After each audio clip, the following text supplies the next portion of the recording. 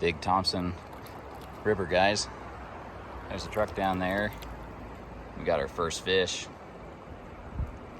It's gonna be a beautiful little brown trout that hit the RS2. What's up, guys? Steve here again with Fish On. Early spring, Colorado, Big Thompson River, and I'm going to show you my fly box for the Big Thompson River in the spring. We had a really big day today. This actually goes down as one of my top 5 days on what is another home water for me. So we got our kind of our nymph selection here. Guys, always have your San Juan worms and eggs. You know, those guys work really, really well. And then this is up my dry fly side. We tore them up on blue wing olives, so I don't even have any blue wing olives in there. But small blue wing olives paid the bills. But eggs can work really well, and San Juan worms. Today was pretty much what I expected, guys. Below the surface with an indicator of nymphs in the morning. Then when it got warmer and the sun came out, the bugs hatched and the blue wing olives were out. So we caught a bunch on dry flies on the blue wing olive. Here's my nymph side, and this is a good representation. You got these little RS2s over here. RS2s are fantastic. That's the Tippet that caught fish last week on the Poudre River. Always have beadhead prince nymphs. That's a red copper john and some pheasant tail, beadhead pheasant tails. So these size 18 to 22 beadhead nymphs paid the bills this morning. And then the hatch came and the blue wing olives came off on the water. And we got them on the dry flies. Then we went back and got a couple more on the nymphs once the hatch stopped. But we had about a 2.5 hour hatch. This was fun, guys. They were just rising all over the place. 2.5 to 3 hour blue wing olive hatch. And that's your fly. That any local fly shop can help you pick one of those out, guys. That's your spring hatch on these rivers, right? So caddis flies, blue wing olive. And so we tore them up. It was small, though. There was definitely were small flies and small presentations required, but had a really good day. And first episode, you caught me at St. Vrain State Park. We caught several dozen. Second episode was on the Poudre River, and we caught only a handful, actually like 3. So 3 on the Poudre, it was tougher. And then today, back to a couple dozen. It's good when you lose track. So very good day on the Big Thompson River. Like I say, it's going to be 77 down in Loveland today, so very warm day. Awesome hatch.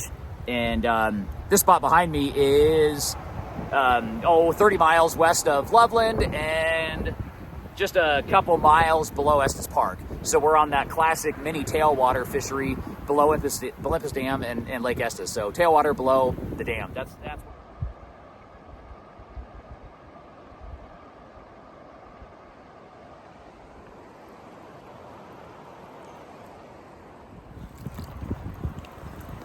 beautiful cut bow on the Big Thompson.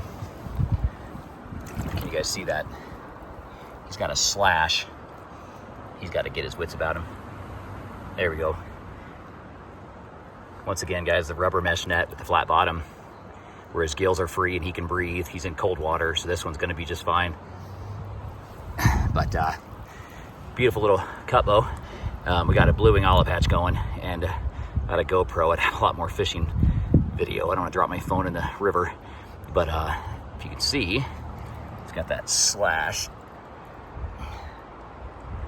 There's a little slash on the throat there that makes him a cut bow. And we're gonna let him go.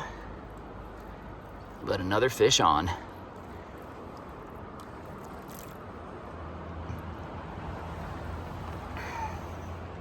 See ya, buddy. Why do fish eat, guys? Obviously, sometimes it's hunger, but sometimes it's territorial and a reaction strike. I just had a really cool thing happen. I had a trout in a sunny spot that was easy to see. He wasn't rising. I don't even think he was eating. He was just sitting there. And I kept presenting flies to him, and he wouldn't take anything. And I got the gaudiest, craziest thing out of my fly box, and he took it, and I caught him. And I have absolutely no idea what he was doing, other than I think since he lacked hands, he ate it because that was the only way he could feel it and see what it was. There's no way that was a hunger strike. I think it was territorial or reaction strike. But then again, to say that he just wanted to feel it, I don't know. That's an anthropomorphic view of things, isn't it?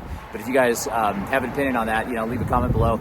But that's what I think happened there. That was a cool one. But I promise you, the fly that I used was something he would never eat in the natural world here on the Big Thompson River. And we got him to bite and play the game. Got him in the net. So pretty cool. how that works out. You know, it's not always just hunger. So that was a territorial reaction strike, or I'm pissed off, or I need to feel this thing, or the only way I can see what this is without hands is to eat it. I think that's what happened today. Kind of cool. Oh, we've had a fun day, guys.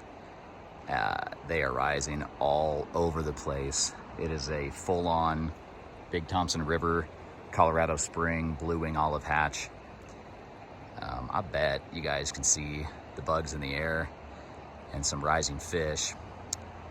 It's getting later morning now. We've done really well on the size 18 to 20 RS2 and red copper john. That's paid the bills. A lot of the fish have been at our feet, like right here. You know, I'm being so careful and treading carefully and wading lightly. But these fish are right here. I've pulled a few out of this down tree, and they've been right at our feet and on these rocks over here. So we're gonna go dry fly and do some damage. I bet you guys can see these bugs. It's awesome. Literally why I moved here. Guys, I've been working the same hole for 2 hours now with this blue wing olive hatch. Big Thompson River, classic tailwater fishery below Lake Estes. A lot of public water on Highway 34 between Estes Park and Loveland. Early spring of the year, once again, it's probably gonna be 77 degrees down in Loveland where I live. And I can get to this spot that I'm on right now in 40 minutes. I've had a huge day. I've got a few dozen, mainly blue wing olives, just paying the bills. If you guys don't know what that is, that's your hatch. Oftentimes in the spring on these rivers, so every fly shop's gonna have blue wing olives. Tiny flies, you know, I mentioned earlier that sometimes I'm setting the hook because I can't see the fly, so I'm setting the hook if I think one rows where my fly should be. Some of you guys know exactly what I'm talking about, but yeah, really good day. This is really freaking fun. I mean, it doesn't get better than that. I've had nobody else on the river. I mean, this river gets a lot of pressure. There's people here, but I got a little spot that was kind of hard to get to on public water, and we're catching quite a few. Let's go get some more.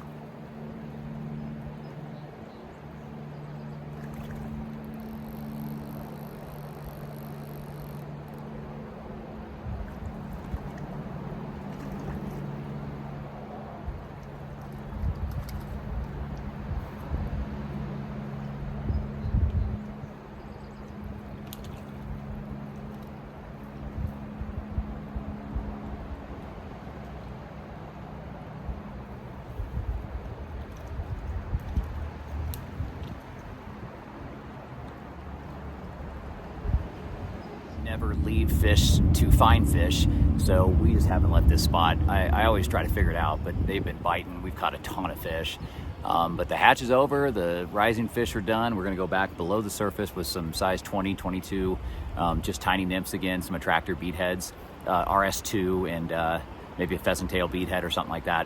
But I did cast selectively to some larger fish that were rising, didn't get them, but we caught a ton out of this spot. And yeah, never leave fish to find fish.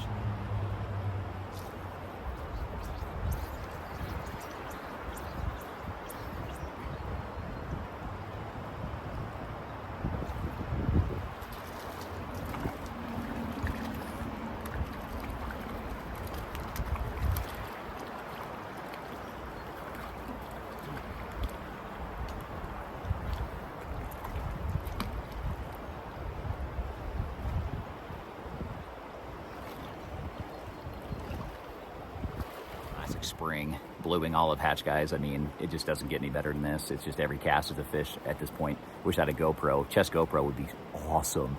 There goes a duck behind me. Beautiful.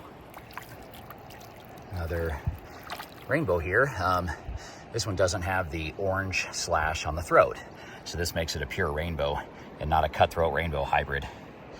So you can see that, and you can tell he actually looks different. So far I've shown you guys a brown trout, a cut bow, and a rainbow. So this one's super pretty. Getting his wits about him, and we'll let him go. Hey guys, Steve here with Fish On again.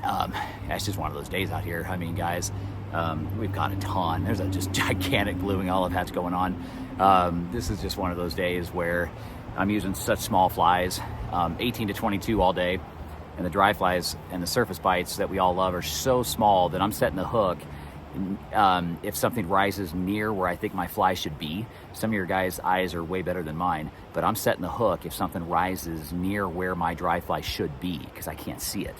So, and that happens a lot, right? We say hook sets are free. Hook sets are free. So if you have a strike indicator and you think it's the bottom, well, it might be a fish. If it goes down, you set the hook. And that's a good tip for you guys if you don't already do that is, you know, if a fish rises near where your fly should be, set the hook. If you're using a tiny fly that you can't see. So we'll get back after him. We got a truckload right now. This is freaking fun. Let's go.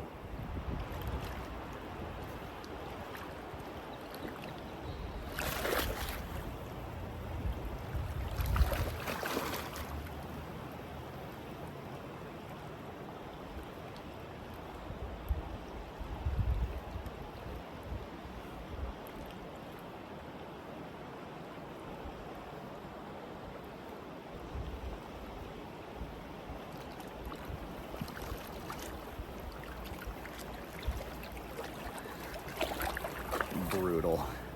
I'm getting too old for this. Another one, guys. Looking like all the others. Nice little rainbow. And I'll grab this one.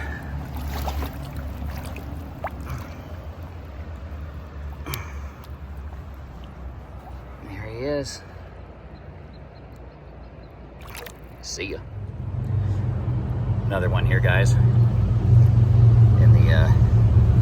Flat bottom rubber mesh net where he can get his wits about him. His gills are free to move. Everybody worries about getting your hand wet before you touch a fish, but it's abrasive surfaces that hurt fish's slime coat, and so it's not your hand that's going to do that.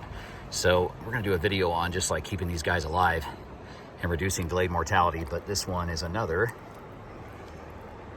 pretty rainbow. Give you guys one look and we'll let him go.